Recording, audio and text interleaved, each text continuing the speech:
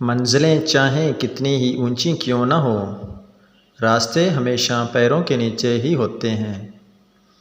ناکامی کا خوف کیسے ختم کیا جائے کہ جناب خوف ہمیشہ صرف دو چیزوں کے سبب آتا ہے، ایک ماضی کا غم، دوسرا مستقبل کی فکر، کہ بھول جاؤ ماضی کا غم کہ یہ صرف تمہارے ساتھ نہیں ہوا، صدیوں سے چلتا آ رہا ہے، اور کر دو اپنا مستقبل سپرد اپنے رب کے کہ تمہارے حق میں اس سے بہتر فیصلہ کوئی کر ہی نہیں سکتا، اور رکھو محنت جاری کہ کامیابی دیکھ رہی ہے راہ تمہارا۔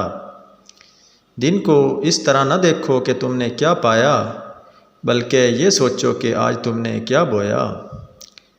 کامیابی کے لیے حوصلہ کیسے رکھیں کہ جناب کامیابی پانے کے لیے صرف دو چیزوں کو تھام لیں تو کامیابی آپ کا مقدر بن جائے گی، کہ وہ دو چیزیں ہیں صبر اور یقین۔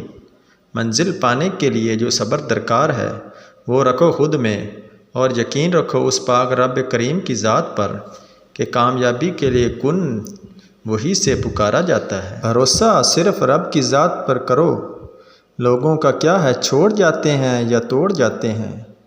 منزل سے آگے بڑھ کر منزل تلاش کر، مل جائے کچھ دریا تو سمندر تلاش کر۔